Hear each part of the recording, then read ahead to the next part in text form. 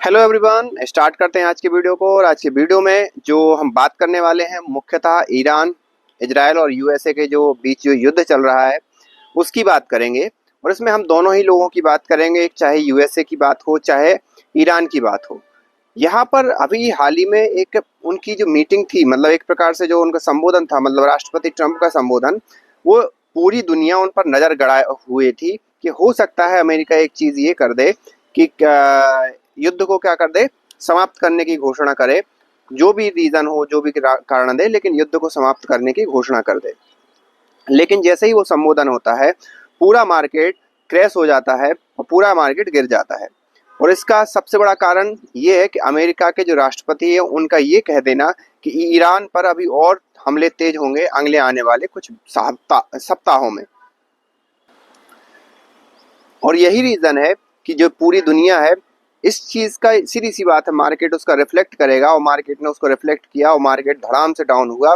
लेकिन जब राष्ट्रपति ट्रंप का जो पैटर्न है, उनके संबोधन का पैटर्न है, और इस प्रकार से कैसे मार्केट डाउन चला जाता है, कैसे मार्केट अप चला जाता है, तो कहीं ना कहीं ये दिखाई दे रहा है कि ये एक बहुत सोची समझी साजिश है लोगों, मतलब एक प्रकार से राष्ट्रपति ट्रंप उसमें शामिल है नहीं है, किसी को कुछ पता नहीं है, लेकिन एक ग्रुप के द्वारा, मैं उसको ग्रुप अगर कहूँ तो ज्यादा अच्छा होगा, एक ग्रुप के द्वारा इस प्रकार की साजिश, इस प्रकार की व्यवस्था की जा रही है कि वो मार्केट से ज्यादा पैसा कमा पाए।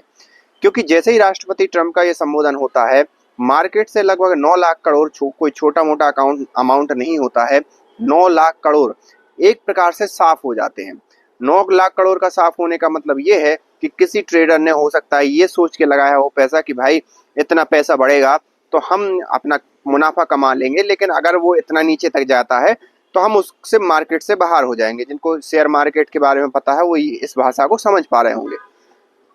उसका मान लो उससे नीचे मार्केट चला गया तो सीधी सी बात है उसका उतना नुकसान हो गया और वो एक प्रकार से मार्केट से बाहर हो गया। तो ऐसे एक नहीं हजारों लोगों के पैसे डूबे होंगे। और वो पैसा गया किसके अंदर होगा, लिया किसने होगा? जो बड़े बड़े फंड मैनेजर होते हैं उनके पास, उनके हाथों में ये पैसा गया होगा। ये तो हो गई भाई मार्केट से पैसे कमाने की बात।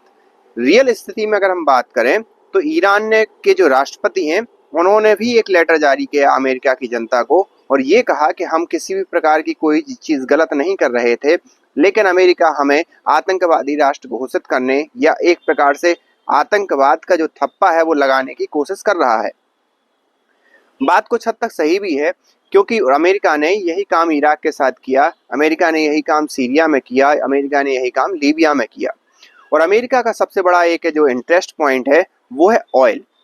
क्रूड ऑयल पूरे वर्ल्ड में सबसे ज्यादा आयात और निर्यात होने वाली चीज है। और जिस पर क्रूड ऑयल का कब्जा है, जिसका मतलब प्रभुत्व है क्रूड ऑयल पर, वो वहां का राजा कहलाता है पूरे ग्लोबल ऑर्डर का। पहले यूएसए क्या करता था कि मिडिल ईस्ट कंट्री से ये कह के रखता था कि आप भैया हमारा डॉलर में व्यापार करो और डॉलर से ही क्रूड ऑयल का लेना देना करो, आप अपनी करेंसी में मत करो। जिससे क्या होगा कि डॉलर की जो डिमांड है वो बढ़ी रहेगी और जब डॉलर की डिमांड बढ़ी रहेगी तो डॉलर स्थायी अवस्था में रहेगा। लेकिन ईरान, इराक और सीरिया जैसे कुछ लोगों ने जो ही इनके अगेंस्ट, यूएसए के अगेंस्ट जाने की कोशिश की, उसमें यूएसए भड़क गया और यूएसए ने किसी भी मिडिल ईस्टर्न कंट्री को न्यूक्लियर राष्ट्र नहीं बनने दिया एक्सेप्ट इजराइल। और इजराइल के थ्रू यूएसए ये चीजों को मेंटेन करता रहता है कि मिडिल ईस्ट की कंट्री डॉलर में व्यापार करती रहे, साथ ही साथ उनकी जो आर्थिक ताकत तो है ही, लेकिन मिलिट्री ताकत इतनी ना हो जाए कि कल के दिन वो यूएसए को चैलेंज करने लगे। लेकिन जब आप युद्ध के पूरे एक प्रकार से सार को देखोगे, पूरे की पूरी व्यवस्था को देखोगे, तो आपको एक चीज निकलकर सामने आएगी। वो ये है कि आप देखोगे कि कैसे यूएसए और यूएसए की जो मतलब पॉलिसी है उसने क्या किया कि स्टेट ऑफ हॉर्मुज को चोक कर दिया। स्टेट ऑफ हॉर्मुज का चोक होना एक प्रकार से पूरे मिडिल ईस्टर्न कंट्रीज का जो एक प्रकार से उत्पादन है जो क्रूड ऑयल का, उसका चोक हो जाना। साथ ही साथ यूएसए ईरान की जो एनर्जी उस पर अटैक कर रहा है, तो ईरान क्या कर रहा है, मिडिल ईस्टर्न कंट्रीज की जो भी एनर्जी एक प्रकार से इंफ्रास्ट्रक्चर है उस पर अटैक कर रहा है। मतलब मिडिल ईस्ट का ना केवल इंफ्रास्ट्रक्चर खराब करवा रहा है यूएसए, बल्कि वहां का जो ऑयल है उसके लिए जो प्रॉपर रास्ता था उसको भी चोक करवा दिया। अब यूएसए के जो राष्ट्रपति का रिसेंट बयान आया है, उसमें यूएसए ने कहा है कि स्टेट ऑफ हॉर्मुज को खोलने की जिम्मेदारी मेरी नहीं है, मतलब अमेरिका की नहीं है। जिसको खुलवाना हो खुलवाए, जिसको बंद करवाना हो बंद करवाए, और जिसको ये लग रहा है कि वहां से मिडिल ईस्ट से क्रूड ऑयल का आयात नहीं करना है या नहीं मिल रहा है वहां से, तो वो अमेरिका से खरीद ले। मतलब आप समझ रहे हो, अमेरिका ने कुछ दिन पहले ही वेनेजुएला पे कब्जा किया, वेनेजुएला की जितनी भी ऑयल उत्पादन केंद्र थे उस पर कब्जा कर लिया, वहां का ऑयल का भी ठेकेदार अमेरिका बन गया, खुद के क्रूड ऑयल का भी ठेकेदार, उसके पास भी बहुत बड़ी मात्रा में क्रूड ऑयल है। जब उसने एक सेफ जोन कर लिया कि भाई हम अपना क्रूड ऑयल वहां पर बेच सकते हैं, तो उसने पूरे मिडिल ईस्ट को एक युद्ध में ढकेल दिया, और उसका परिणाम ये होगा कि ज्यादा से ज्यादा कंट्री क्या करेंगी, मिडिल ईस्ट को छोड़कर जहां पर भी ऑयल मिलेगा वहां से ऑयल खरीदना स्टार्ट कर देंगी। और अब वर्तमान में सबसे ज्यादा ऑयल कहां से मिलेगा, यूएसए से मिलेगा, और यूएसए महंगे दामों पर देगा।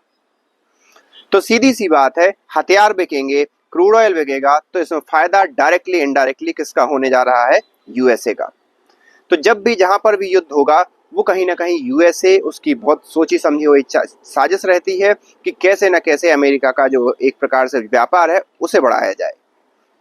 और इस वर्तमान स्थिति में कोविड के बाद जिस प्रकार की अर्थव्यवस्थाएं चरमरा रही थी और उन पर जितना खतरा बना हुआ था, उसको एक प्रकार से अल्टरनेट ढूंढने के लिए यूएसए ने ये युद्ध स्टार्ट कर दिया, और आज की डेट में पूरा मिडिल ईस्ट उसी के चपेट में फंसा हुआ है।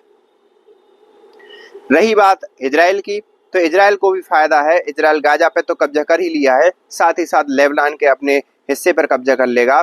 और रही बात अदर कंट्री ईरान, और तो ईरान तो सीधी सी बात है, एक प्रकार से हारेगा ही चुनाव, वो हारेगा ही ये युद्ध, भले चाहे कितनी ही मिसाइल है वो दागता रहे। तो इसकी पूरे गेम का जो विनर होगा वो होगा अमेरिका। आप इस बारे में क्या सोचते हैं, आप हमें कमेंट करके बताइए। मेरे विचारों से आप कितने सहमत हैं वो भी आप बताइए, और आपके विचार क्या हैं वो भी आप हमें कमेंट करके बता सकते हैं। मिलते हैं नेक्स्ट वीडियो में, तब तक के लिए थैंक यू।